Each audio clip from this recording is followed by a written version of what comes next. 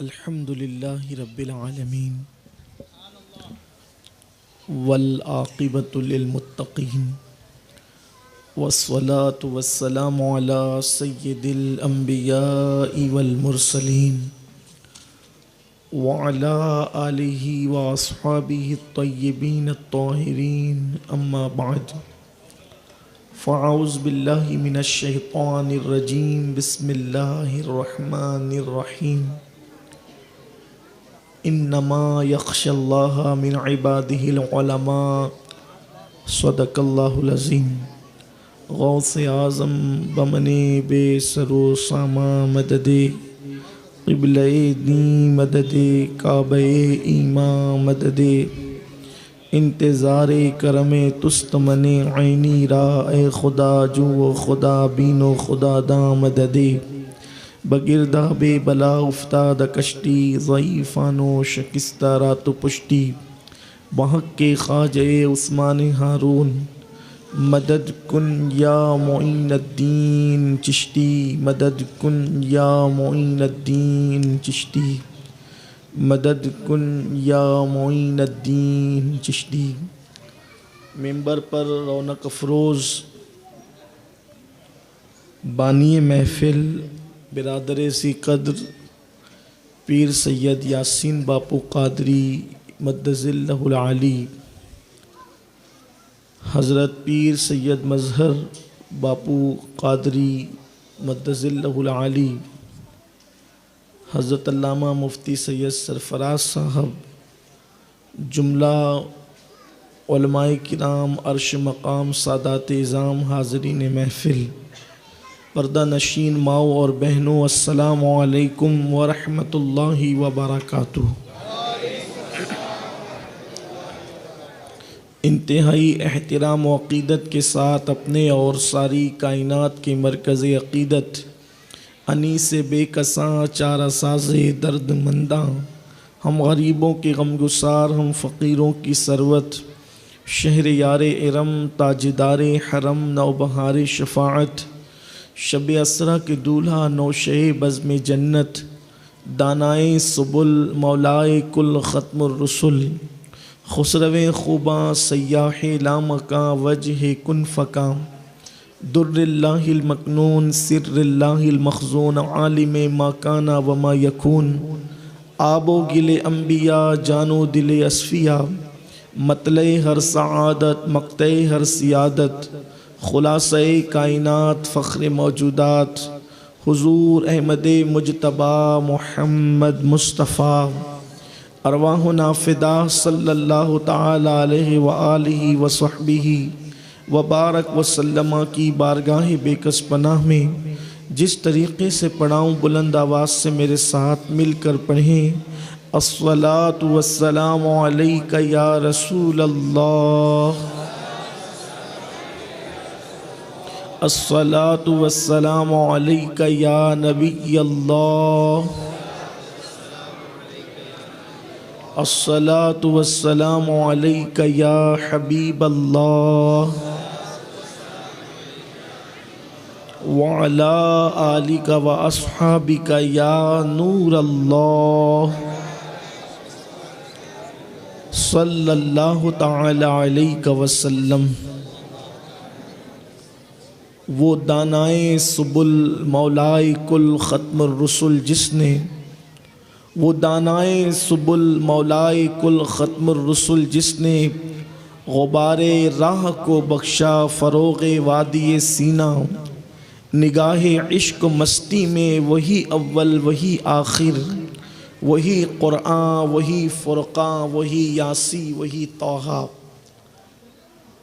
مجھے یہاں ابھی اسٹیج پر آنے کے بعد پتہ چلا کہ یہ محفل دستار بندی کی محفل ہے اور غالباً 9 بچوں کو حفظ کی دستار سے نوازا گیا ہے،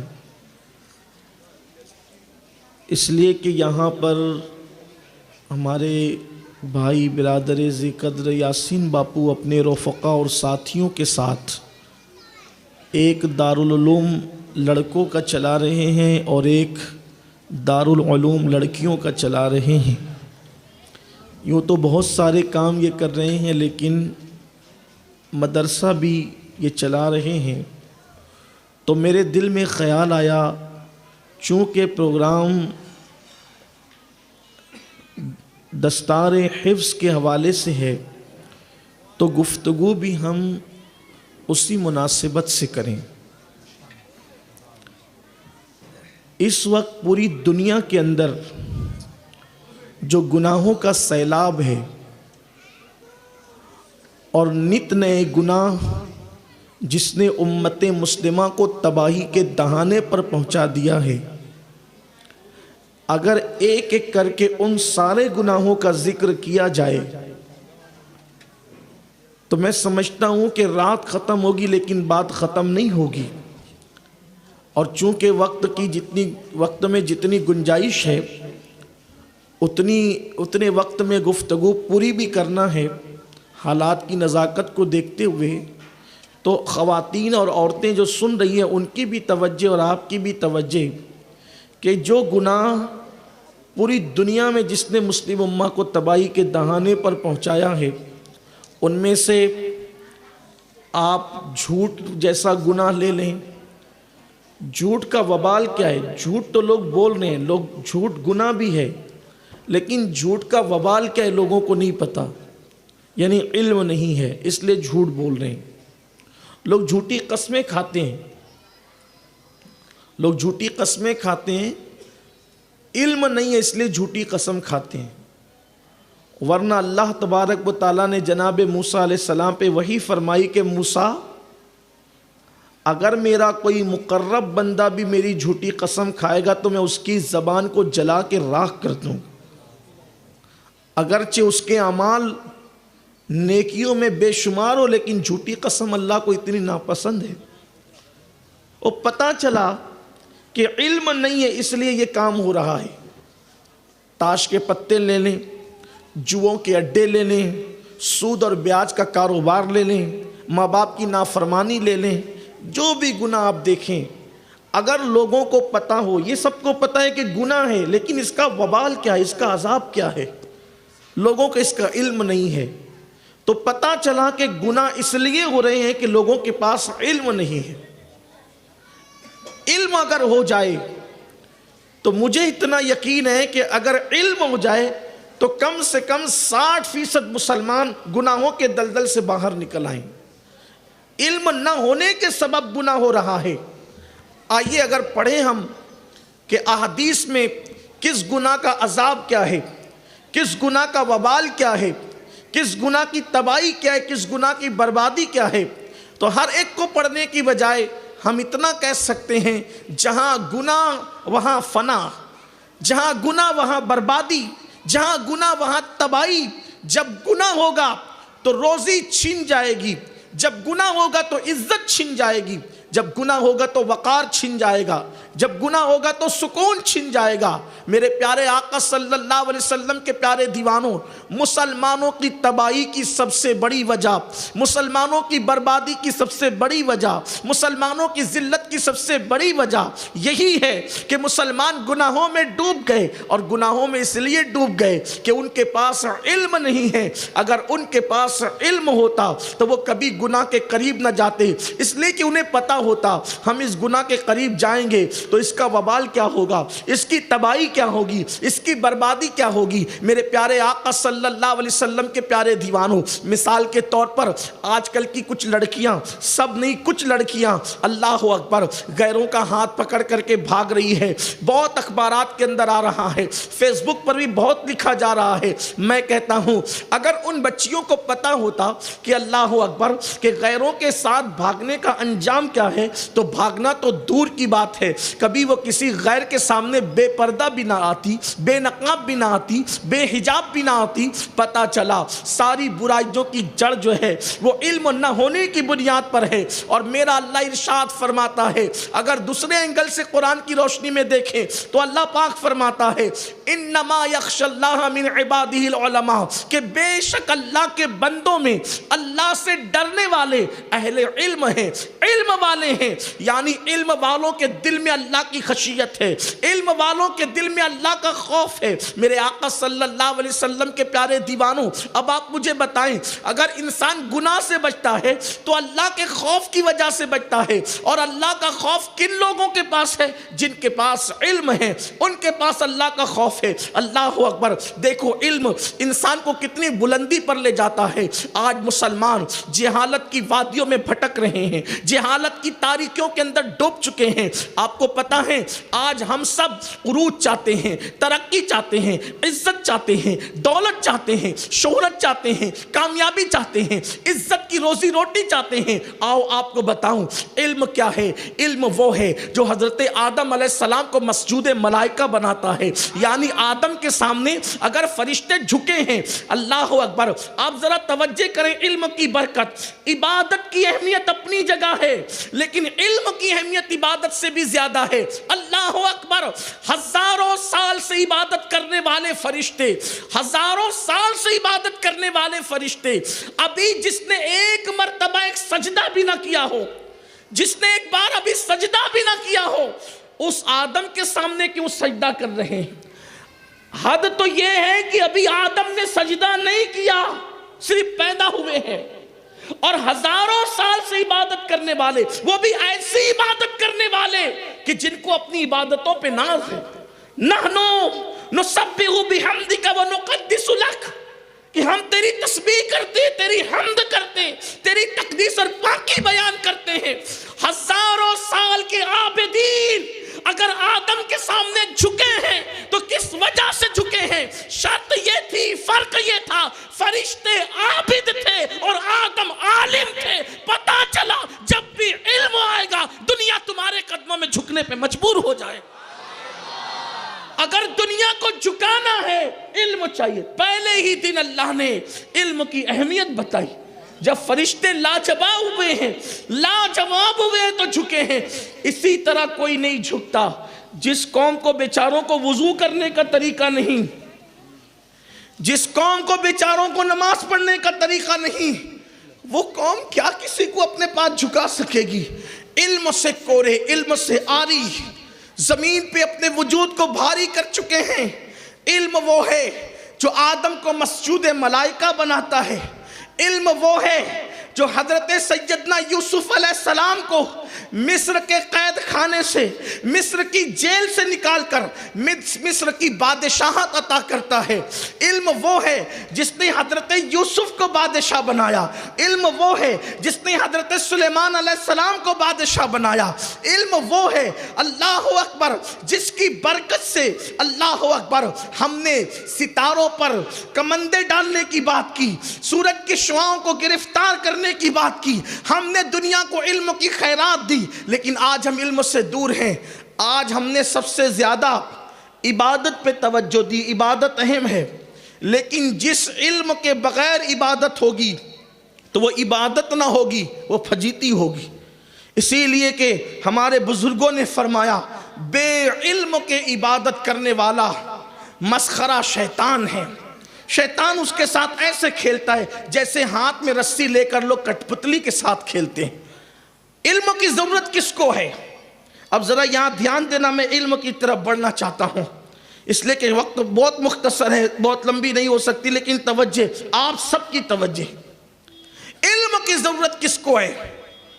کوئی کہے کہ میں ولی بن کر پیدا ہوا، مجھے علم کی ضرورت نہیں، ہم کہتے ہیں غلط۔ اگر ولی بن کر بھی پیدا ہو تو بھی تجھے علم کی ضرورت ہے، اس لیے کہ ماں کے پیٹ سے پیدائشی ولی کو اگر علم کی ضرورت نہ ہوتی تو غوث پاک اپنی ماں کو چھوڑ کر، جیلان کو چھوڑ کر 18 سال کی عمر میں بغداد کا سفر کیوں کرتے؟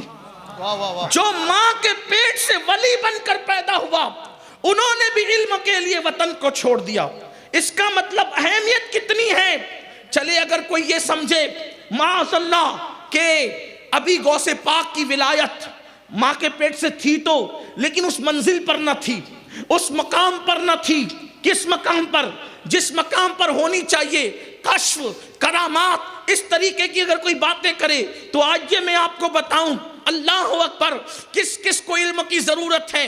اللہ اللہ، حضرت سیدنا بابا فرید الدین گنج شکر رحمت اللہ تعالی علیہ کا نام سنا ہوگا، فرید ملت و دین، حضرت نظام الدین کے پیر، حضرت صابر پاک کے پیر، وہ فرید الدین گنج شکر جس کے لیے غریب نواز نے فرمایا کہ اللہ اکبر، بابا قطب آپ نے ایسے شہباز کا شکار کیا ہے کہ اس کی برکت سے قیامت تک آپ کا نام زندہ رہے گا۔ وہ حضرت فرید الدین گنج شکر رحمت اللہ تعالی علیہ، ابھی ان کی عمر صرف 14 یا 15 سال کی ہے۔ دل میں خیال آیا چلو چل کر کسی پیر سے مرید ہونا چاہیے۔ اب ذرا دھیان دے کس کو علم کی ضرورت ہے اور علم کیا چیز ہے۔ اللہ اکبر، چلو چل کر کے کسی پیر کے ہاتھ میں ہاتھ دے کر بیعت ہونا چاہیے۔ اللہ اکبر، بابا فرید الدین گنج شکر رحمت اللہ علیہ کو کسی نے بتایا کہ بغداد کی سرزمین پر حضرت سیدنا شیخ شہاب الدین عمر سہروردی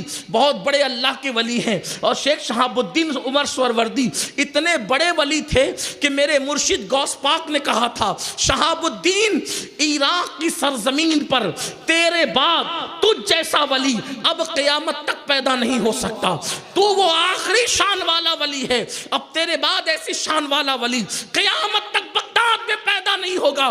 وہ شیخ شہاب الدین عمر سہروردی، اللہ اللہ، ان کی خانقاہ کی شہرت سنی، ان کی خانقاہ کا چرچا سنا، ان کی خانقاہ کا نام سنا، یہ مرید ہونے کے لیے وہاں پر پہنچ گئے۔ جب وہاں پر پہنچے، اتفاق کی بات 14-15 سال کی چھوٹی سی عمر تھی، پڑھائی کے ایام چالو تھے، پڑھائی کے ایام جاری تھے۔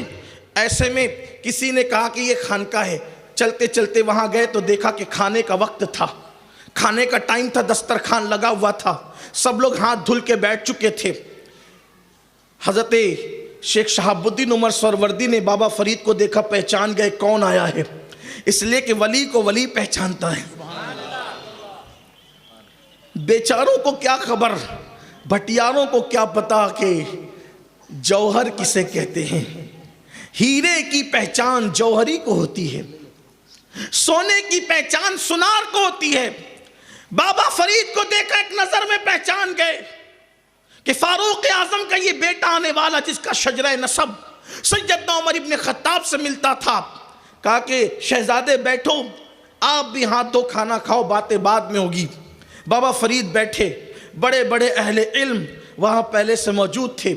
ایک کنیز آئی، اس نے ہاتھ دھلانے کے لیے لوٹے کا پانی آپ کے ہاتھوں پہ انڈیلا، جیسے اس نے ہاتھ پہ ڈالا بابا فرید اس کا چہرہ تکنے لگے، اس لیے کہ کنیزوں کے لیے پردے کے وہ احکامات اسلام میں نہیں ہے جو آزاد عورت کے لیے ہے۔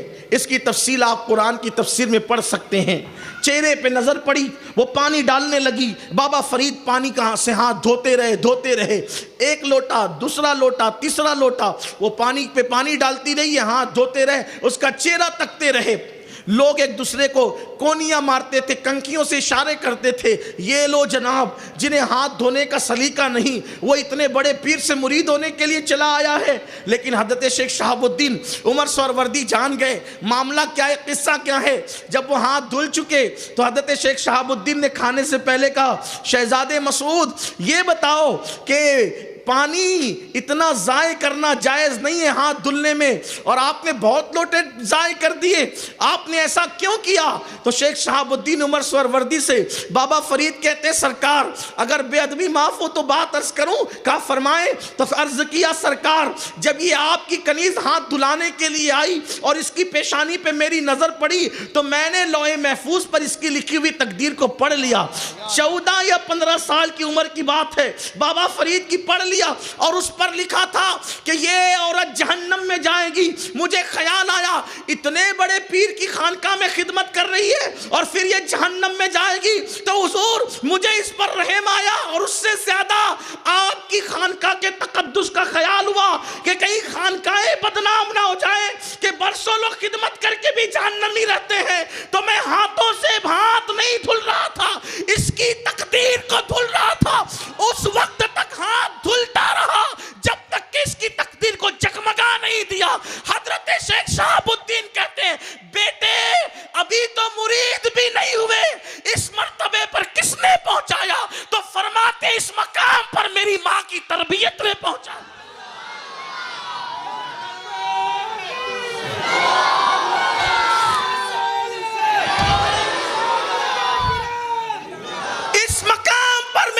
علماء کی تربیت میں پہنچایا تو شیخ شہاب الدین نے فرمایا جب تو مرید ہونے سے پہلے اس مقام پر ہے تو تیرا حصہ میرے پاس نہیں ہے، میں تجھے مرید نہیں کروں گا۔ وہ میرا بھائی ہے جو دلی میں اس وقت قطب الدین بختیار کاکی کی شکل میں رہتا ہے، اللہ نے تیرا حصہ اس کے پاس رکھا ہے، وہاں جا، معین الدین کا وہ خلیفہ اور جانشین ہے اس کے پاس جا، وہ تجھے مرید کرے گا۔ اب سنو اصل بات، بابا فرید مرید ہونے کے لیے آئے تو حضرت بابا قطب نے کہا فرید علم حاصل کر لیا، مقام کہاں؟ لوح محفوظ پڑھ رہے ہیں، اور پوچھا کتابیں پڑھ لی؟ یعنی اگر لوح محفوظ بھی پڑھ سکتے ہو تو بھی کتابوں کی محتاجی اب بھی باقی ہے۔ یہ اہمیت ہے دین کی، علم دین کی اہمیت ہے۔ کہ پڑھ لیا علم؟ کہ نہیں حضور ابھی تو میں قدوری تک پہنچا ہوں۔ اور فرمایا جاؤ پہلے تعلیم مکمل کرو، اس کے بعد پھر آنا، کیونکہ ہم بزرگان چشت پہلے سلوک سے پہلے علم کو اہمیت دیتے ہیں، اس لیے کہ اللہ کسی جاہل کو اپنا دوست نہیں بناتا، اللہ اہل علم کو اپنا دوست بناتا۔ اسی لیے ہر عالم ولی نہیں ہوتا، ہم یہ مانتے ضرور ہیں، ہر عالم ولی نہیں ہوتا، لیکن ہر ولی عالم ہوتا ہے۔ اب یہ اور بات ہے، کہیں پر محنت سے پڑھنے کا حکم دیا جاتا ہے اور کہیں پر سینے ہی سے علم اونڈیل کر کے عالم بنا دیا جاتا ہے، لیکن علم کے بغیر عطا نہیں ہوتی۔ اس لیے میری گزارش ہے علم کی طرف آؤ۔ اب کہتے ہیں ہمیں ضرورت نہیں یار، ہم تو بڑے خاندان میں پیدا ہوئے، تو پھر کس خاندان کی بات کر رہے ہیں آپ؟ کس خاندان کی؟ رسول اللہ کے خاندان سے ہی بڑا کوئی خاندان ہے؟ جب وہاں کے شہزادے کوئی جیلان سے نکل کے بغداد جا رہا ہے، کوئی سنجر سے نکل کر کے ہرون جا رہا ہے علم کے حصول کے لیے، تو ہم کیوں علم کی طرف نہیں آتے؟ علم حاصل کرو اور اپنے بچوں کو پڑھاؤ۔ اور میں صرف یہ نہیں کہتا کہ اپنے بچوں کو صرف دین پڑھاؤ، مدرسے پڑھاؤ، چونکہ یہ بہت سنتے ہیں میرے باپو میری، میں بہت خوش ہوں 9 بچوں کی دستار ہوئی تو، لیکن جھوٹی قسم کھانے کی عادت نہیں، جیسے کہ میں نے بھی وبال بیان کیا۔ اگر کوئی اس کو غلط رنگ نہ دے تو میں سچی بات کروں، اللہ کی قسم ہم کوئی ریاست سے بغض اور عداوت نہیں رکھتے، ہم لوگ علاقائی عصبیت کا شکار نہیں ہیں، لیکن اس جلسے کا لطف کچھ اور ہوتا اگر بہار، بنگال اور یو پی کے بچوں کی دستار کی بجائے گجرات کے بچوں کی یہاں دستار ہوتی۔ آپ بہار والوں کو بھی پڑھاؤ، بنگال والوں کو بھی پڑھاؤ، عرب والوں کو بھی پڑھاؤ، عجم والوں کو، سب کو پڑھاؤ، لیکن چراغ تلے اندھیرا نہیں ہونا چاہیے۔ احمد آباد کے بچے پہلے پڑھنا چاہیے، ورنہ مدرسے کا مطلب یہ نہیں ہوتا کہ ہم فارملیٹیز پوری کریں، نہیں۔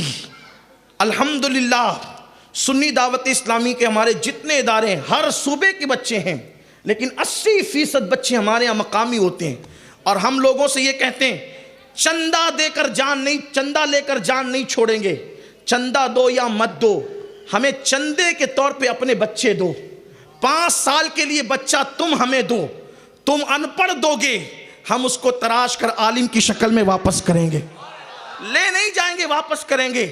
اس لیے میں یہاں سے لے کے وہاں بیٹھے ہوئے اور جتنی میری مائیں اور بہنیں موجود ہیں ان سے بھی کہتا ہوں، اگر اللہ نے تمہیں بیٹے دیے ہیں، اگر اللہ نے تمہیں بیٹیاں دی ہے، خدا کے لیے اپنے بچوں کو ڈاکٹر بھی بناؤ، اپنے بچوں کو وکیل بھی بناؤ، اپنے بچوں کو انجینئر بھی بناؤ، اپنے بچوں کو جج بھی بناؤ، اپنے بچوں کو لائر بناؤ، اپنے بچوں کو سب بناؤ، لیکن انہیں عالم دین بھی بناؤ، انہیں حافظ قرآن بھی بناؤ، انہیں قاری قرآن بھی بناؤ۔ میں اپنے دل کے درد کے طور پہ کہنا چاہتا ہوں میرے عزیز بھائیوں اور اے میری بہنوں، اگر تمہارا بچہ ڈاکٹر بنے گا دنیا میں عزت کا ذریعہ تو بن سکتا ہے، لیکن آخرت میں نجات کا ذریعہ نہیں بن سکتا۔ تمہارا بچہ لائر بنے گا، وہ دنیا میں عزت کا ذریعہ تو بن سکتا ہے، لیکن آخرت میں نجات کا ذریعہ نہیں بن سکتا۔ کیوں؟ اس لیے کہ یہ ڈگریاں دنیا میں رہ جانے والی ہے. ہم ڈاکٹر, انجینئر, ٹیچر کے قطعاً مخالف نہیں ہیں, بلکہ ہم تو یہ کہتے ہیں ہمارا بچہ ہر علم حاصل کرے, ہمارا بچہ ہر فیلڈ میں جائے, ہمارے بچے آئی ایس بنے, آئی پی ایس کی طرف جائیں, ہمارے بچے بڑی بڑی ڈگریوں کی طرف جائیں. لیکن میری گزارش ہے پہلے اپنے بچوں کو دین پلاؤ, دین پڑھاؤ, دین. اس لیے کہ اللہ اکبر, میرے آقا صلی اللہ علیہ وسلم کے دیوانوں, یہ دماغ سے سوچ نکال دو, اگر میں نے اپنے بچے کو عالم بنایا, اور آپ کے احمد آباد کا حال تو بہت برا ہے, اگر احمد آباد والے برا نہ مانے تو عرض کروں, مسجد لاکھوں کی بناتے ہو اور امام 4,000 روپے مہینے کا رکھتے ہو, یہ شرم کی بات ہے. یہ نام و نمود کی طرف جانے والوں احمد آبادیوں, یہ احمد آباد تمہارا نہیں, یہ شاہ وجیہ الدین گجراتی کا احمد آباد ہے, یہ شاہ عالم بخاری کا احمد آباد ہے, یہ قطب عالم کا احمد آباد ہے, یہ شاہ احمد کھٹو کا احمد آباد ہے. یہ کون لوگ ہیں تمہیں پتا ہے؟ احمد آباد والوں, آج تمہارے بچوں کو نماز کا طریقہ نہیں پتا, ورنہ یہ شاہ وجیہ الدین گجراتی علوی وہ بزرگ ہے کہ حقیقت محمدیہ پر انہوں نے جو کتاب لکھی ہے وہ علماء بھی پڑھتے ہیں اور صوفیاء بھی پڑھتے ہیں, اس میں ایسے ایسے نکات موجود ہیں, لوگ اپنے سرہانے لے کر سوتے ہیں اس کتاب کو. عارفین, حقیقت محمدیہ نام کی وہ کتاب, اس میں جو نکات انہوں نے بیان کیے ہیں وہ کوئی عارف بیان نہیں کر سکتا. ان کے دور میں ان کی شان یہ تھی, حضرت شاہ عالم کے علم کو دیکھیں, سیدی احمد کھٹو کے علم کو دیکھیں, لیکن آج اپنے بچوں کو ہم نے نماز بھی نہیں سکھائی. سن لو, یہ بچے پیدا ہونے کے بعد تم مٹھائیاں تو بانٹتے ہو, لیکن یہ بچے صرف تمہارے بچے نہیں ہیں, یہ بچے اللہ کی امانت ہے, اللہ کی امانت. اگر اللہ کی اس امانت میں خیانت کرو گے, فرمایا گیا ان ماں باپ کو بغیر حساب و کتاب جہنم میں ڈالا جائے گا جن ماں باپ نے اپنے بچوں کو علم دین نہیں سکھایا. ایک بچے کی جدائی بیوہ ماں کیسے برداشت کر سکتی ہے, لیکن غوث پاک کی پیاری امی نے بتا دیا بچے سے زیادہ عزیز علم دین ہونا چاہیے. بیٹے کو 18 سال کے اکلوتے بیٹے کو, غوث پاک کے ایک چھوٹے بھائی بھی تھے, یا بعض لوگ کہتے ہیں بڑے بھائی بھی تھے, لیکن ان کا انتقال بچپن میں ہو گیا تھا. غوث پاک اکیلے رہ گئے تھے. غوث پاک کو جدا کرتے ہوئے دوپٹے سے آنسو پوچھتی ہے اور کہتی ہے بیٹا اب تیری میری ملاقات انشاءاللہ قیامت میں ہوگی, مجھے تیری صورت سے زیادہ رسول اللہ کی سیرت سے پیار ہے, جب میں نے تجھے اللہ کے سپرد کیا. یہ تھی ماؤں کا جذبہ, یہ تھا. حیرت ہے آج ماں اپنے بچے کو جو ہے وہ دنیاوی تعلیم کے لیے ہاسٹل میں تو بھیج دیتی ہے, لیکن مدرسے میں نہیں بھیجتی. میں یہ نہیں کہتا اسکول چھڑا دو اور مدرسہ پڑھاؤ, نہیں, پارٹ ٹائم پڑھاؤ, ایک ٹائم اسکول پڑھے ایک ٹائم مدرسہ پڑھے, حافظ قرآن بنے. تو یہ جو آپ کے یہاں کا ماحول ہے نا, 4-5 ہزار روپے جو امام کو دیتے ہو, یہ ظلم ہے. میں تو یہ کہتا ہوں کہ اگر امام کو ایک پلڑے میں رکھ کر دوسرے پلڑے میں پوری کائنات کو تول دیں تو بھی وہ امام کی برابری نہیں ہو سکتی, کیونکہ امام کون ہے؟ اللہ کی بارگاہ میں آپ کا نمائندہ بن کر جو کھڑا ہے نا, اس کو امام کہتے ہیں.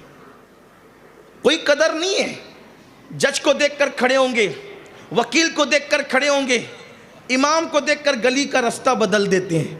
جس قوم کے دل میں امام کی عظمت نہ ہو وہ قوم پھر ماری ہی جائے گی, وہ قوم پھر کاٹی ہی جائے گی, وہ قوم پھر تباہی کی جائے گی. بد دعا کے طور پہ نہیں کہہ رہا ہوں, یہ حدیث کا مفہوم بیان کر رہا ہوں. آپ کیا سمجھتے ہیں علم والوں کو؟ اپنے بچوں کو علم کی تعلیم دو. مسجدیں تو مینار آپ نے کروڑ روپے کا بنا دیا, امام کتنے کا رکھا جسے صحیح قرات کرنا بھی نہیں آتی, کام چلاؤ امام رکھ دیا. جو جمعہ کی شرائط بھی پوری نہیں کر سکتا, اس کے پیچھے نماز جمعہ, ہر بندہ جمعہ پڑھا سکتا ہے؟ پوچھو علماء سے, ہر ایک کے پیچھے جمعہ نہیں ہوتی. امام جمعہ کی شرائط الگ ہیں, بلکہ ہمارے بزرگوں نے بیان کیا احناف کے نزدیک وہ شخص جمعہ کا امام نہیں ہو سکتا جو پوری دنیا کے حالات پہ نظر نہیں رکھتا ہو. آپ کیا سمجھتے ہیں؟ ہماری جماعت کے ایک بہت بڑے بزرگ ہیں, ان کا جملہ نقل کروں کہ کسی کو بھی اٹھا کر کھڑا کر دیتے, پڑھاؤ جمعہ. نہ آپ کو جمعہ کی اہمیت ہے نہ اس کو جمعہ کی اہمیت ہے. وجہ پیسے بچانے ہیں. بڑا علم والا لاؤ گے تو پیسے زیادہ دینے پڑے. اور یاد رکھنا, ہم امامت کی تنخواہ نہیں دیتے, اور نہ کوئی امام امامت کی تنخواہ لیتا ہے. امامت کی تنخواہ نہیں ہوتی بلکہ ہم امام کی خدمت کرتے. یہ ہے. یہ بھی آپ سے کہہ دوں, یہ بھی کڑوا کڑوا جملہ برداشت کر لیں, تھرکنے پھدکنے والے نعت خانوں کو بلاتے ہو تو 50-50 ہزار روپیہ ایک ایک رات کا دیتے ہو, اور پورا مہینہ وہ امام بچے کے کان میں اذان سے لے کر کے نماز جنازہ تک خدمت کرتا رہے, اسے 5 ہی ہزار دینا ہے. اس کے لیے دل بڑا نہیں کرنا ہے. جو 1 گھنٹہ پھدکے گا نا اسٹیج پر, اس کے لیے 50 ہزار تک میری قوم دے سکتی ہے. جو پورا مہینہ لگا ہوا ہے اس کے لیے کچھ نہیں. اس لیے قوم کا مزاج بنا. ہم نے کیا عالم بنانا اپنے بچوں کو, ہم نے کیا حافظ بنانا اپنے بچوں کو. تو میں آپ سے یہ کہنا چاہتا ہوں, عالم اس لیے نہیں بناتے کہ بچہ امامت کرے مدرسے میں پڑھائے, حافظ اس لیے نہیں بناتے کہ وہ امامت کرے مدرسے میں پڑھائے. عالم اور حافظ اس لیے بناتے ہیں کہ اللہ کا حکم ہے. بے شمار ایسے علماء ہیں جو امامت نہیں کرتے, بے شمار ایسے حافظ قرآن ہیں جو امامت نہیں کرتے, جو مدرسے میں نہیں پڑھاتے, خود اسٹیج پر بھی بیٹھے ہیں.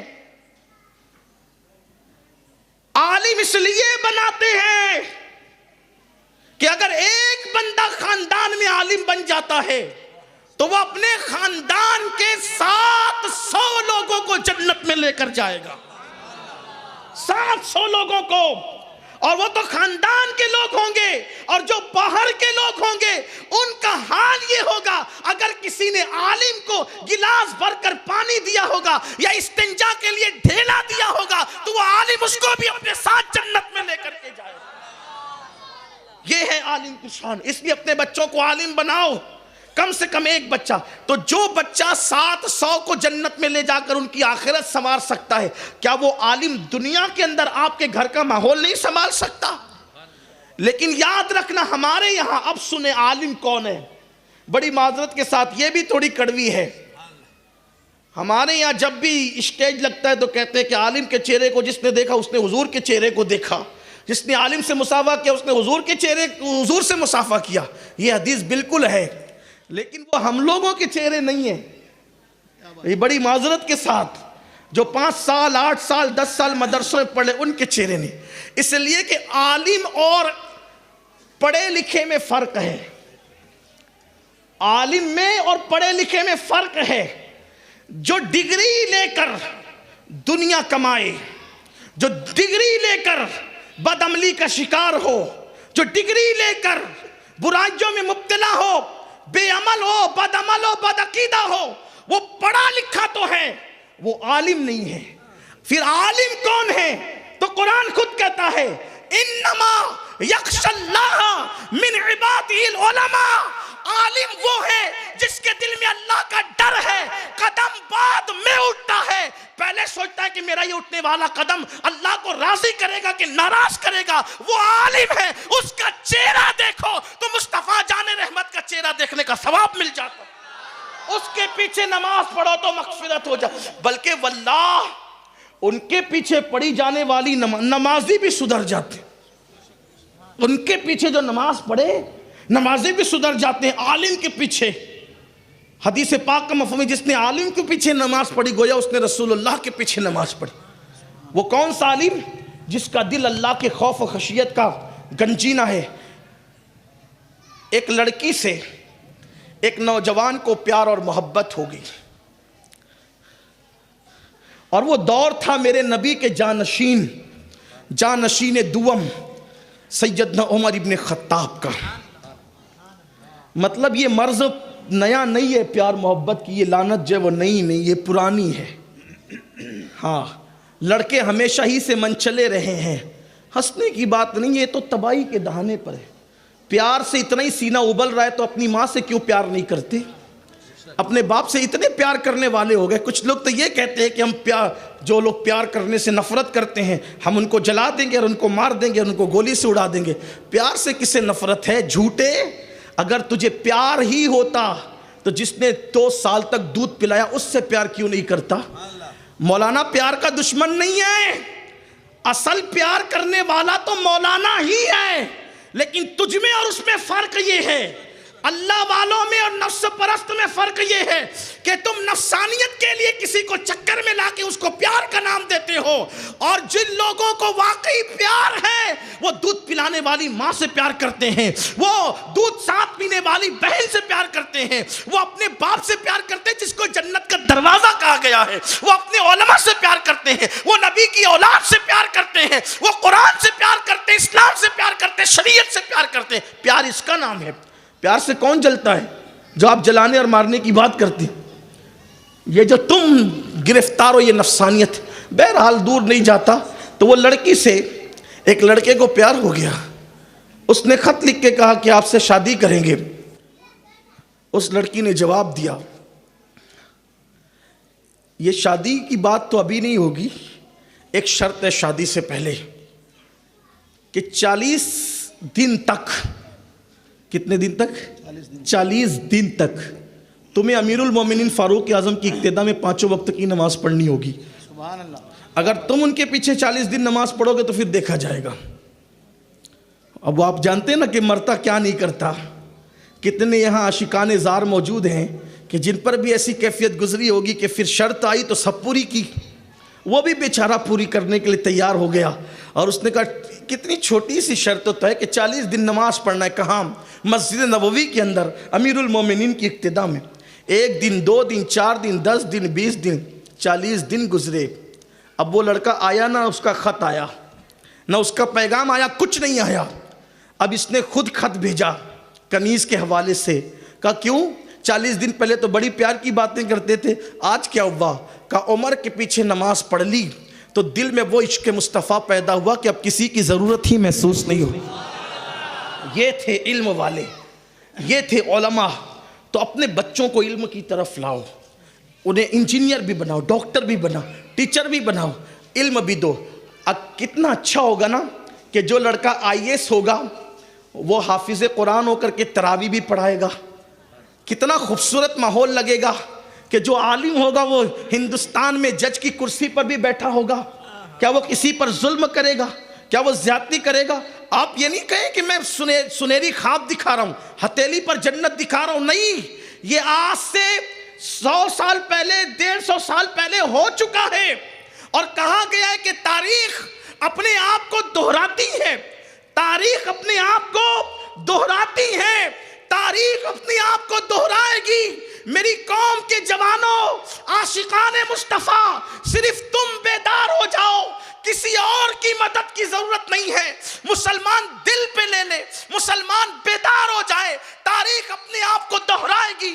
وہ وقت پھر آئے گا، وہ دن پھر آئے گا، وہ زمانہ پھر آئے گا کہ اللہ اکبر، جو عالم ہوگا وہ جج بھی ہوگا۔ اگر کوئی کہے کہ حکومت تو ہماری نہیں ہے، دوسروں کی حکومت میں جج کوئی کیسے بنے گا؟ ہم نے کہا 150 سال پہلے ہو چکا ہے کہ ایک جج ایسا تھا جسے دنیا فضل حق خیر آبادی کے نام سے جانتی ہے۔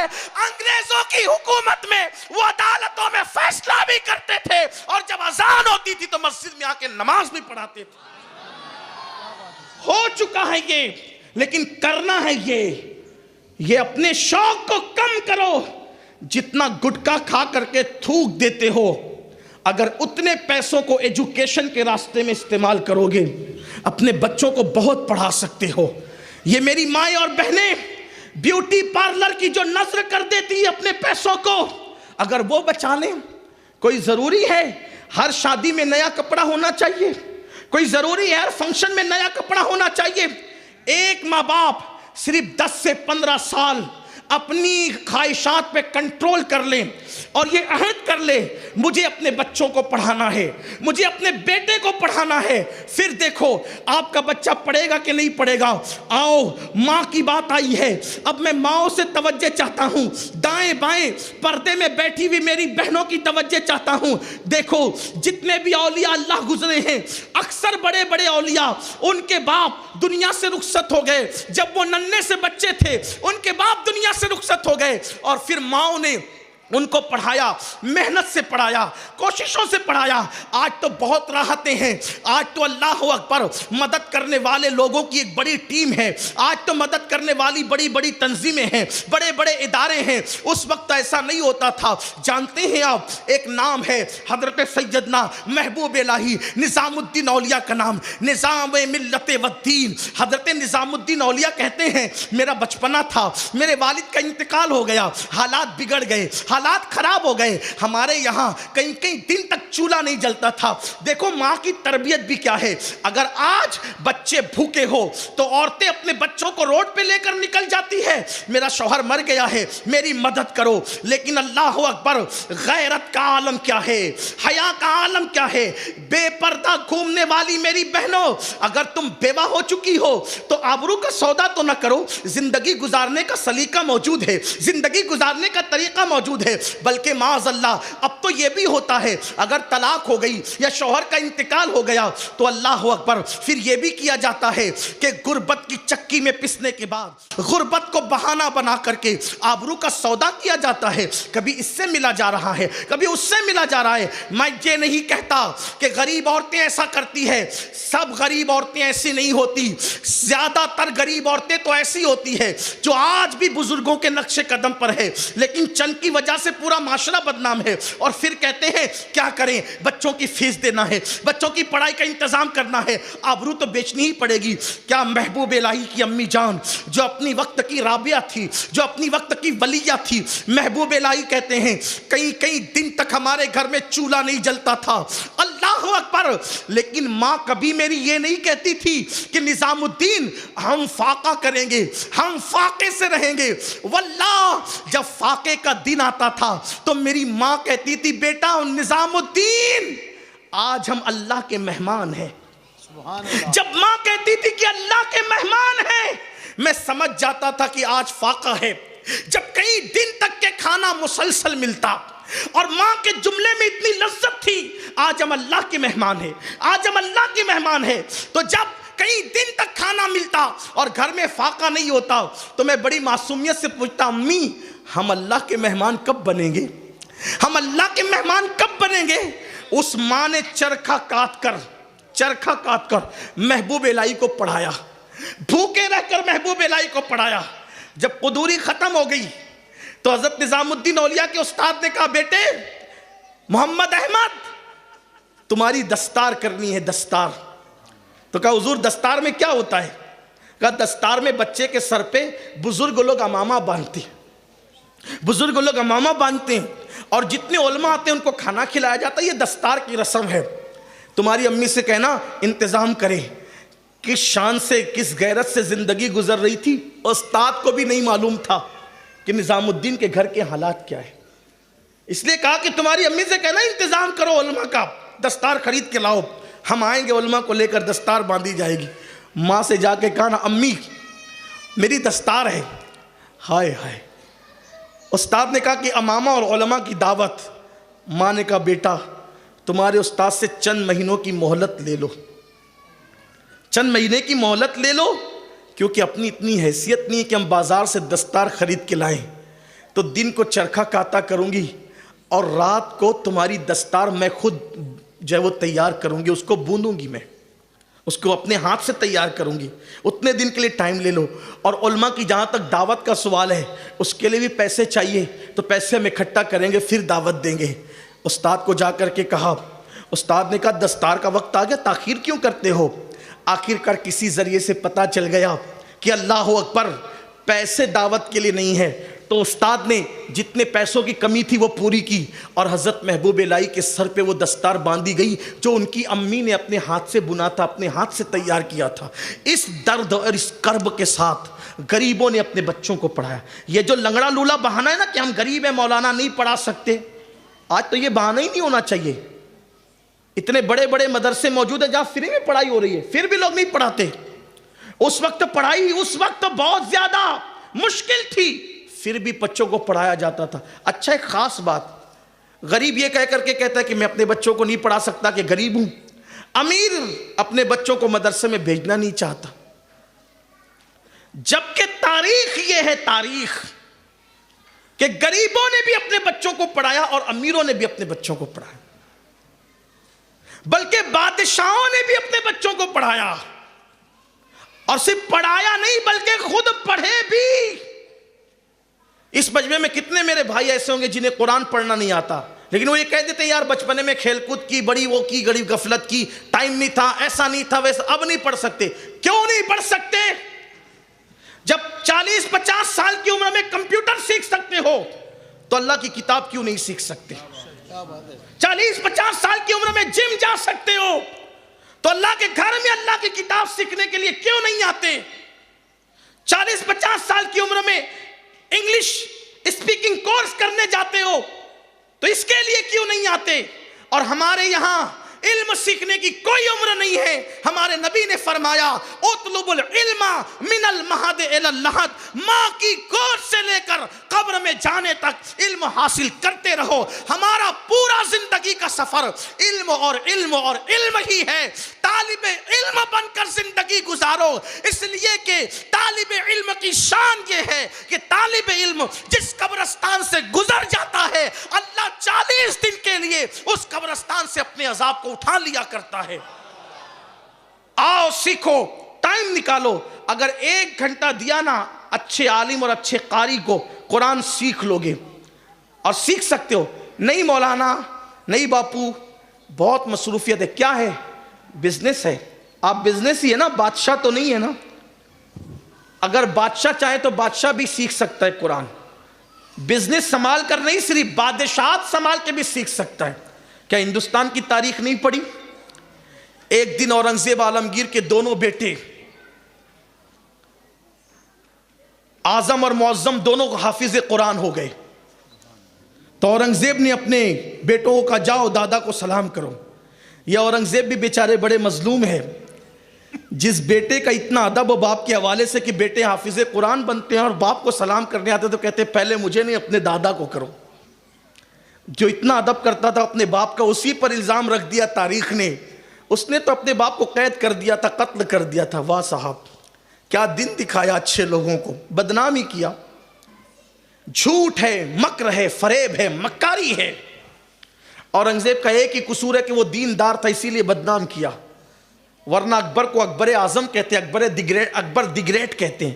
یہ اکبر اعظم کیسے ہو گیا، دی گریٹ کیسے ہو گیا؟ کیونکہ وہ ملحد تھا، دین کو نقصان پہنچانے والا تھا۔ لوگوں کی فکر ہے جو بھی دین کو فائدہ پہنچائے اس کو ڈیمیج کرو، اور جو دین کو نقصان پہنچائے اس کو اٹھاؤ، اوپر عزت دو۔ لیکن تاریخ پر کالک پوت سکتے ہو، تاریخ کو مٹا نہیں سکتے۔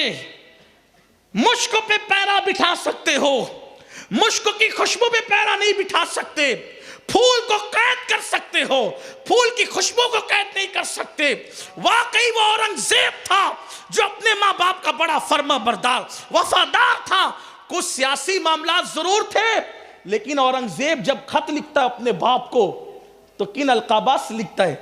اپنے والد شاہ جہاں کو اورنگزیب نے جتنے بھی خطوط لکھے اس میں کا ایک قبلہ عالم، جہاں پناہ، ذل الہی، اعلیٰ حضرت، اس طرح کے القابات اپنے باپ کو لکھتے ہو، اور اسی کو کہا جاتا ہے کہ قید کر دیا تھا، قتل کا۔ جھوٹ ہے۔ بڑھاپے میں شاہ جہاں کا ذہن دارا اور مراد مل کر کے کچھ خراب کرتے تھے، بالخصوص دارا، اور اس سے ہندوستان کی حکومت ٹکڑے ٹکڑے ہو رہی تھی۔ تو اس سے پہلے کہ حکومت دارا کے ہاتھ میں نادانی سے دے دی جاتی، اورنگزیب نے ہندوستان کو ٹکڑے ہونے سے بچانے کے لیے، اکھنڈ بھارت کی مریادہ کو رکھنے کے لیے حکومت اپنے ہاتھ میں لے لی۔ بس اتنا ہی کیا، اور کیا کیا؟ اگر کوئی شمع لے کر چل رہا ہو، اس کے قدم ڈگمگا جائیں تو اس کے ہاتھ سے اگر شمع لے لینا یہ قصور ہے تو پھر کیا گر کر کے بجھنے دی جائے شمع کو؟ ہاتھ میں لینے والے کا قصور کیا ہے؟ اس نے تو ڈگمگاتے ہوئے مشعل بردار سے مشعل سنبھال لی اور بجھنے سے بچا لیا، اور اسی پہ الزام ہے باپ کے قتل کا۔ جھوٹ ہے۔ بہرحال اب دیکھو کتنا فرما بردار تھا سلطان محی الدین عالمگیر اورنگزیب، اپنے والد کے وہ کتنے فرما بردار۔ کہا کہ جاؤ بیٹے دادا کو سلام۔ بچہ ہے، دادا جان سلام علیکم۔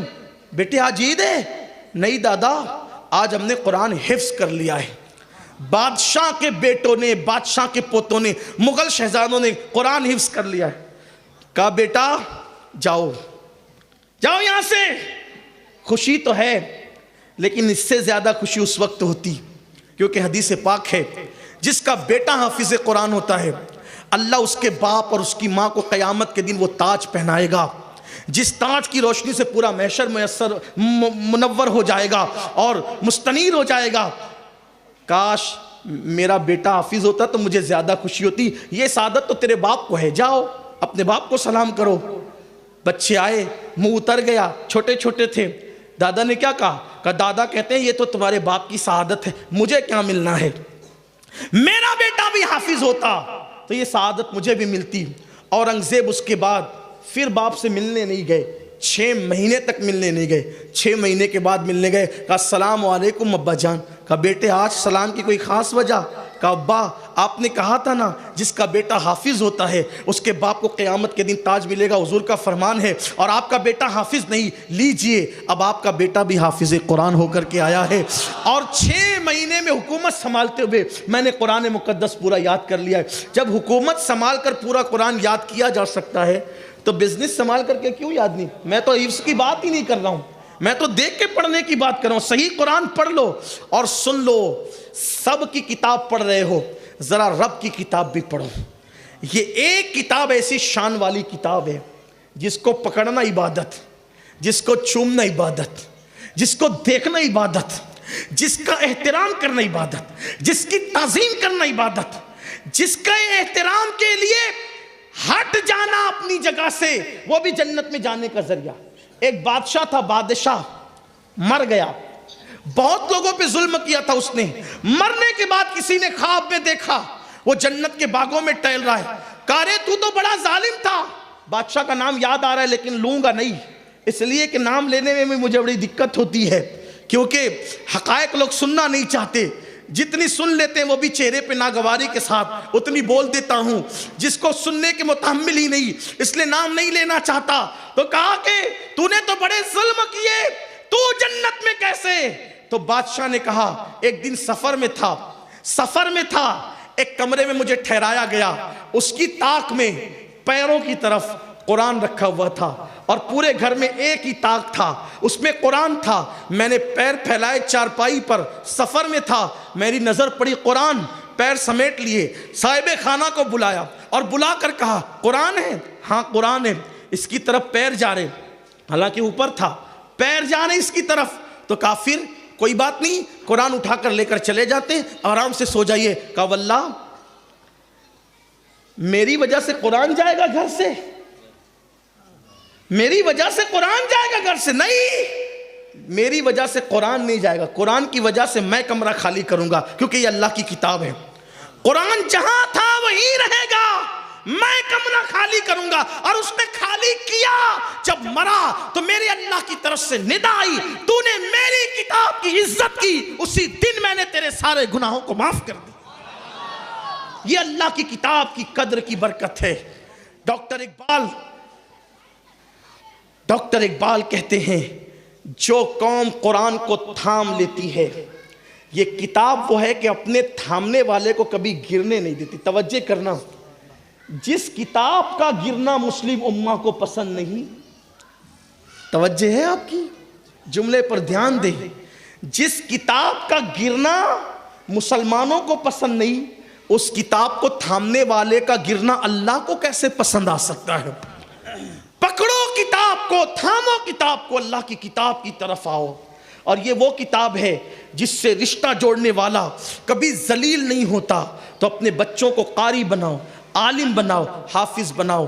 جاتے جاتے اپنی گفتگو ختم کرتے کرتے اپنی بیٹیوں کو بھی پڑھاؤ. باپو نے بہت بڑی بات کہی, 200 بچیاں پڑھ رہی, اللہ کرے اس میں اور اضافہ. جتنے لوگ تعاون کر رہے ہیں اللہ سب کو برکتیں دے. دیکھو پڑھنے کی برکت کیا. ایک لڑکی پڑھی لکھی سے مراد جس نے دین بھی پڑھاؤ. اگر آپ برا نہیں مانے تو یہ بھی کہہ دوں, ہمارے یہاں پڑھے لکھے کا مطلب ہے جس نے دین پڑھاؤ. ہاں, دنیا بہت کچھ پڑھ لیا, اگر دین کچھ بھی نہیں پڑھا تو پھر وہ مذہب کے نزدیک پڑھا لکھا نہیں, وہ ان پڑھ ہی ہے. جن ڈگریوں نے دنیا میں رہ جانا ہے ان ڈگریوں کی اہمیت کیا؟ دنیا کے لیے ہے کرو لیکن دین پر توجہ دو. بات سمیٹتے ہوئے آخری بات کروں. پڑھی لکھی لڑکی میں پڑھی لکھی جس نے دین پڑھا اور ان پڑھ لڑکی نے جس نے نہیں پڑھا فرق کیا ہے؟ لیکن یہ بھی کہوں گا ضرور کہ جہاں تعلیم کا نظام ہو, وقت ہے نا, جہاں تعلیم کا نظام ہو وہاں تربیت کا نظام بھی ہونا چاہیے. اللہ کا خوف, اللہ کا ڈر, سنتوں پر عمل. پڑھو صرف ڈگری کے لیے نہیں, پڑھو اللہ کی معرفت کے لیے, اللہ کے قرب کے لیے, آخرت کو بہتر بنانے کے. عالم وہ ہے جسے دیکھ کر خدا یاد آتا ہے. مطلب کیا ہے؟ وہ چلتا ہے تو اللہ کے خوف سے لرزتے ہوئے چلتا ہے, تو لوگوں کو لگتا ہے جس کے خوف سے لرز رہا ہے اتنا بڑا عالم, اس خدا کی شان کا عالم کیا ہو. یہ ہوتا ہے سنتوں پر عمل, خشیت. وہ لڑکی کا ذکر کرنے سے پہلے بتاؤں عالم کیسا ہوتا ہے؟ ٹائم ہے تو بتا دیتا ہوں عالم کیسا ہوتا ہے. ایک دن حضرت امام اعظم ابو حنیفہ, امام اعظم ابو حنیفہ, عالم کیسا عالم ہوتا ہے. راستے سے جا رہے تھے, راستے سے جاتے جاتے پیر میں گوبر لگ گیا, جوتے میں گوبر لگ گیا, نجاست لگ گئی. اب انسان کی فطرت ہوتی ہے نا کہ اگر جوتے میں کچھ لگ جائے تو وہ پیر کو یوں جھٹکتا ہے کہ بھئی نکل جائے. انہوں نے یوں جھٹکا دیا تو وہ جو گوبر نجاست لگی تھی وہ اڑ کر ایک دیوار پر چلی گئی, ایک دیوار پہ لگ گئی. اب تقریباً آج سے 1300 سال پہلے کی بات ہے کم و بیش. وہ دیوار پہ لگ گئی تو وہ دیوار تھی مٹی کی. امام اعظم ابو حنیفہ نے سوچا چلو اس کو دھل دیتے ہیں, اگر مٹی مضبوط ہوگی تو کم سے کم نجاست ختم ہو جائے گی. اپنا حال کیا ہے؟ جہاں کھڑے ہیں پیشاب لگی, رستے سے جا رہے ہیں پیشاب لگی, وہیں اتر کر کسی کی بھی دیوار ہو. یہ مسلمان ہے, یہ مسلمان ہے. کس اسلام کی بات کرتے ہیں ہم؟ یہ وہ اسلام تو نہیں ہے جو اللہ کے رسول لے کر آئے تھے. یہ ہماری دماغ کی گندگی ہے جو ہم کر رہے ہیں. آج دیکھو سب سے زیادہ گندے محلے مسلمانوں کے, سب سے زیادہ گندگی گناہوں کی مسلمانوں کے محلے میں. جن کے دل گندے ہیں ان کے محلے صاف ہیں, اور جن کے دل میں ایمان کا نور ہے ان کے محلے گندے. جو اپنے محلوں کو صاف نہیں رکھ سکتے وہ اپنے دل کو کیا صاف رکھیں گے؟ پتہ چلتا ہے آپ کے دل کتنے صاف ہیں, ہمارے دل کتنے صاف ہیں. جو گھر صاف نہ رکھ سکے وہ دل کیا صاف رکھ سکتے؟ جو لباس صاف نہیں رکھ سکے وہ دل کیا صاف رکھ سکتے؟ مومن کے لباس کی پہچان ہے, اس کے لباس میں پیون تو ہوں گے لیکن کبھی داغ دھبے نہیں ہوں گے, کیونکہ میرے نبی کو اللہ نے فرمایا تھا وَثِيَابَكَ فَطَهِّرْ, اپنے لباس کو صاف ستھرا رکھیے. یہ اس کے لیے بیان آیا جس کو اللہ تعالیٰ نے طاہر و مطہر بنا کر کے بھیجا, مزکی بنا کر کے بھیجا. لیکن آج جہاں جی میں آیا تھوکا, جہاں جی میں آیا پیشاب کر دی, جہاں جی میں آیا کچرا پھینک دیا. امام اعظم ابو حنیفہ رحمت اللہ تعالیٰ علیہ کے جوتے سے نالین سے نجاست لگ کر کسی کے گھر کی طرف اڑ گئی. جب اڑ گئی تو اس کو دھونے لگے, گئی دھو دیں اس کی حق تلفی نہ ہو جائے. اور وہ مسلمان نہیں تھا, وہ یہودی تھا, یہودی. دھونے لگے اس کو. اب دھوئے تو مٹی بہ گئی, سوچا تھا کہ دیوار پکی ہوگی, مٹی بہ گئی. مٹی بہ گئی تو اس کے اندر گڑا ہو گیا. ہم لوگ ہوتے تو بھاگ جاتے, چلیں بھائی نیکی کرنے جا رہے تھے, اب ہو گیا تو کیا کریں گے, چلو یہاں سے. نہ, لوگوں کا حال تو یہ کہ کسی کو مار دیتے, مر بھی گیا تو بھاگ جاتے. لیکن یہ اسلام ہے, یہ عالم عالم, انما یخشی اللہ من عبادہ العلماء کا جلوہ دیکھو. جن کے دلوں میں اللہ کا ڈر ہے, حق کی ادائیگی کا انداز دیکھو.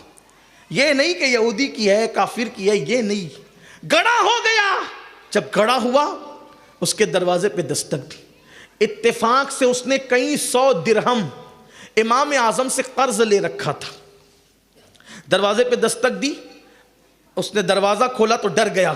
کہا حضرت میں بہت آپ کا مقروض ہوں, جانتا ہوں آپ پیسے لینے آئے ہیں نا, میں بعد میں دے دوں گا, مجھے کچھ مہلت اور دے دو. مسکرا کے فرمایا بھائی آج پیسے لینے نہیں آیا, میرے جوتے سے نجاست لگی تھی، میں نے جھٹکا تو تیری دیوار پہ چلی گئی، دھونے کی صاف کرنے کی کوشش کی تو گڑا ہو گیا تیری دیوار میں، اور یہ تیری حق تلفی ہو گئی ہے۔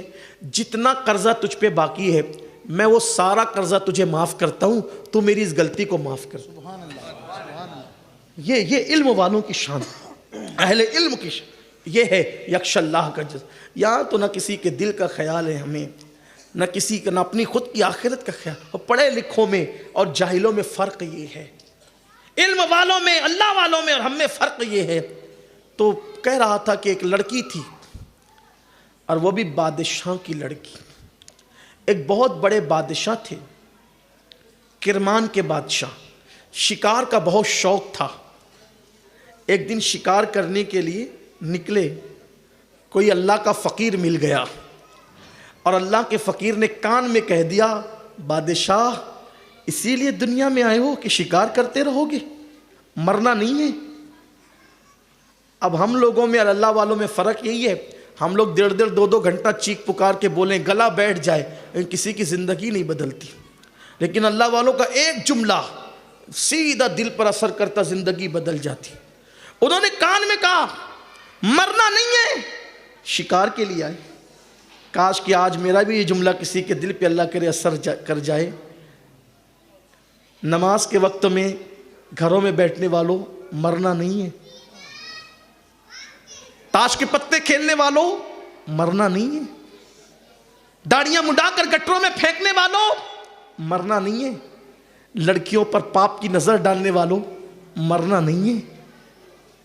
قبر کی تنگ اور تاریک وادی کو کیسے بھول گئے، اپنے نرم نرم گدوں پر ٹینشن کی وجہ سے آج سو نہیں پاتے، تو لوگوں سے کہتے ہو کہ میرا سکون غارت ہو گیا۔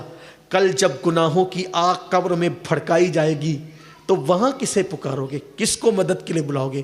اپنے ٹینشن کو دور کرنے کے لیے نیند کی گولیاں کھا کر تھوڑی دیر تو آرام سے سو جاتے ہو، قبر میں کون سی نیند کی گولیاں لاؤ گے؟ یہاں پر تھک جاتے ہو، خودکشی کر کے سکون تلاش کرتے ہو، وہاں کون سی خودکشی کرو گے؟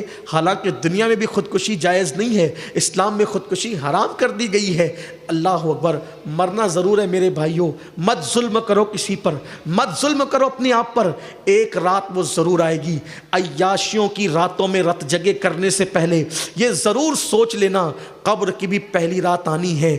نرم نرم گدوں پہ لیٹ کر گناہ کرنے سے پہلے یہ بھی سوچ لینا، ایسی قبر میں بھی سونا ہے جس میں بستر بھی نہیں، جس میں تکیہ بھی نہیں، جس میں آرام بھی نہیں، حد تو یہ ہے جس میں کروٹ بدلنے کے لیے جگہ تک نہیں ہوگی۔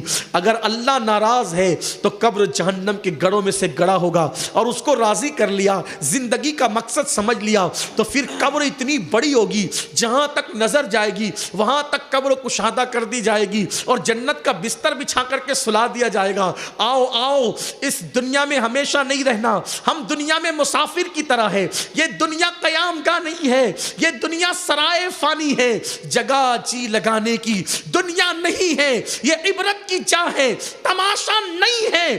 عیاشی آوارگی کب تک کرتے رہو گے؟ ایک دن جسم کا رشتہ روح سے ٹوٹ جائے گا۔ آوارگی مت کرو، موت آنی ہے، عیاشی مت کرو، موت آنی ہے، دولت کے نشے میں اللہ کے غضب کو چیلنج مت کرو، موت آنی ہے۔ کانوں میں ایئر فون لگا کے گانے غزلیں سن کر مٹکنے والوں، جوانی ہمیشہ نہیں رہے گی۔ جوانی اسی کو کہتے ہیں جو آ کر کے دھوکہ دے کر کے چلی جاتی ہے۔ جوانی میں پاپ مت کرو، اللہ کو ناراض مت کرو۔ جوانی کا ٹائم پاپ کے لیے نہیں، رب کو راضی کرنے کے لیے ہے، عبادت کے لیے ہے۔ آؤ اسے منائے، اسے راضی کرے۔ بہرحال اللہ کرے کسی کے دل میں بات اترے۔ تو اس بزرگ نے کہا، بادشاہ، اے شاہ کرمان، موت نہیں آئے گی تجھے؟ بس ایک جملے نے دل اچاٹ کر دی۔ کمان پھینکی، گھوڑے پہ سوار ہو کے آئے، چھوٹے بھائی کو کہا، آج سے بادشاہت تمہاری ہے، میں جا رہا ہوں۔ لیکن وہ لوگ کتنے اچھے تھے اس دور کے۔ چھوٹے بھائی نے کہا، بھیا اگر آپ مصروف ہو گئے کسی کام میں، آپ کی ہر ذمہ داری سنبھالیں گے، بادشاہت آپ نہ چھوڑیں۔ کہا نہیں، میں نے فیصلہ کر لیا ہے، تم بادشاہ ہوں گے، میں نہیں۔ کپڑے بھی دے دیے۔ کہا اچھا ٹھیک ہے، آپ جا رہے ہو نا، آپ جاؤ،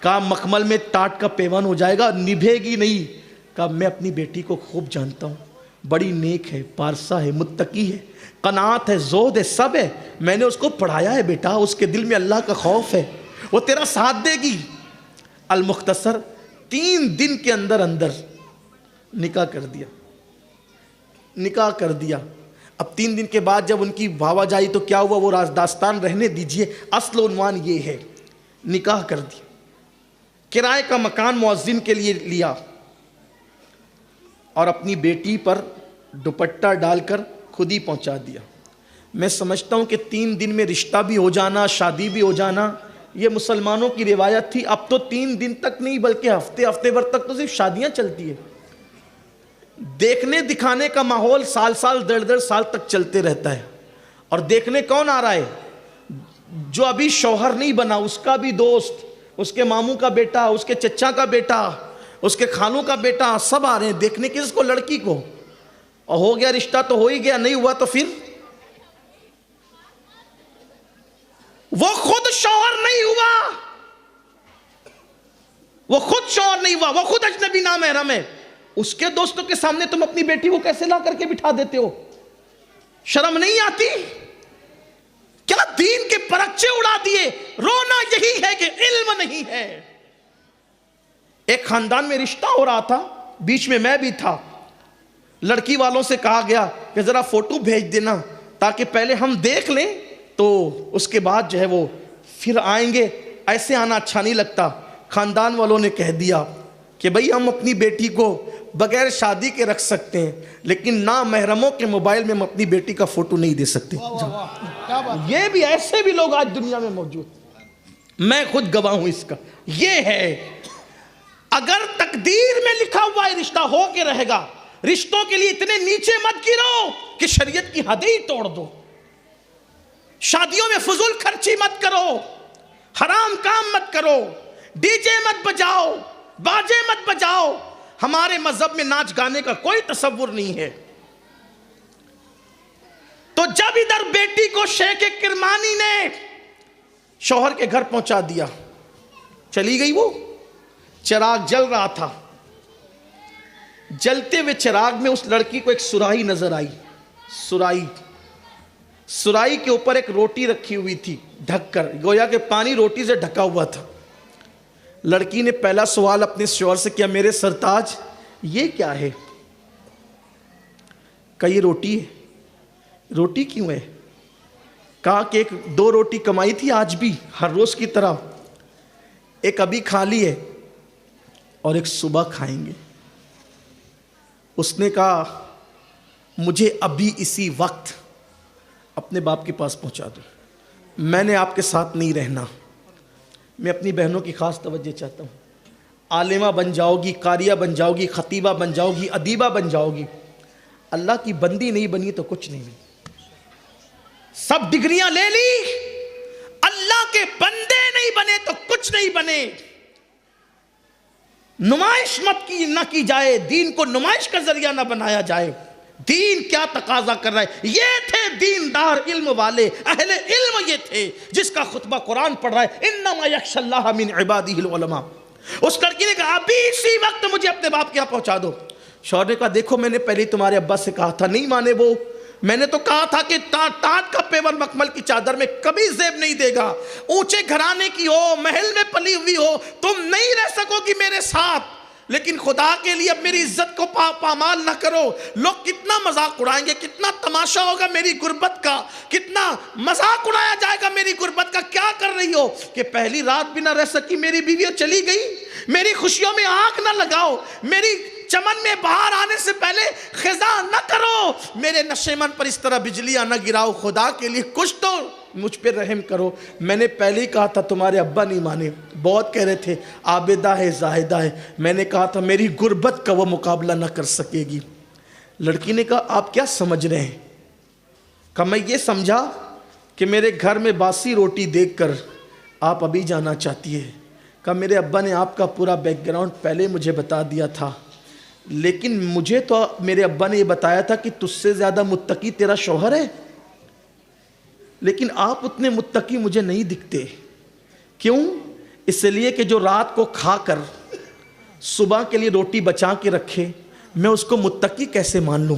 میں تو ایسا شوہر چاہتی تھی جو رات کو کھا لے تو یہ کہہ دے جس نے رات کو کھلایا ہے وہ صبح بھی روزی عطا کرے گا، اور جو صبح کے لیے بچا کر کے نہ رکھے، میں تو ایسا شوہر چاہتی تھی۔ شوہر خوش ہوا، کہا پھر چاہتی کیا ہو؟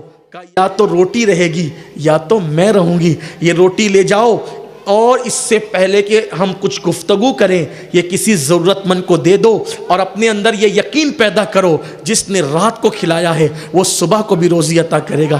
یہ تھی علم والی وہ لڑکیاں جن کے بطن سے عبداللہ بن مبارک جیسے لوگ، جن کے بطن سے اللہ اکبر محمد بن قاسم جیسے لوگ، جن کے بطن سے بابا فرید جیسے لوگ، جن کے بطن سے قطب الدین بختیار کاکی جیسے لوگ، ایسے لوگ پیدا ہوتے تھے۔ جب مائیں ایسی ہوتی تھی اولاد ایسے ہوتے تھے۔ اس لیے کہ اگر کوئی مجھ سے کہے کہ مجھے گلاب چاہیے تو میں ایک ہی مشورہ دے سکتا ہوں، گلاب کا پودا گھر کے آنگن میں لگاؤ، گلاب خود بخود آ جائے گا۔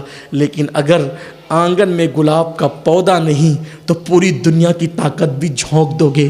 تو پودا جب تک گلاب کا نہیں ہوگا اس وقت تک گلاب کھل نہیں سکتا، دھتوروں پر کبھی گلاب نہیں آ سکتا، ببول پر کبھی گلاب نہیں آ سکتا۔ اگر پھر زمین کے اوپر فرید الدین گنج شکر کو چلتا ہوا دیکھنا ہے، پھر زمین پر نظام الدین محبوب الہی کو چلتا ہوا دیکھنا ہے، پھر زمین پر غوث الاعظم دستگیر جیلانی کے کردار کو دیکھنا ہے، پھر محمد بن قاسم اور طارق بن زیاد کا کردار دیکھنا ہے، کام ایک کرو، ماؤں کو بدل دو۔ مائیں بدل جائے گی، مائیں کنیز فاطمہ ہوگی تو بیٹا کردار حسین لے کر پیدا ہوگا۔ اور یہ مدرسے وہی چاہتے ہیں، مدرسے یہی کرنا چاہتے ہیں۔ آؤ آج عہد کریں، خود بھی پڑھیں گے انشاءاللہ، پڑھیں گے خود بھی انشاءاللہ، اور اپنی اولاد کو ہی پڑھائیں گے۔ نہیں سب کو کم سے کم ایک بچے کو تو عالم دین اور حافظ قرآن ضرور بنائیں، خود سنوریں دوسروں کو سنواریں۔ گفتگو کے درمیان کوئی غلطی ہو تو اللہ معاف کرے۔ استغفر اللہ ربی من کل ذنب واتوب الیہ وما علینا الا البلاغ۔ السلام علیکم ورحمۃ اللہ وبرکاتہ۔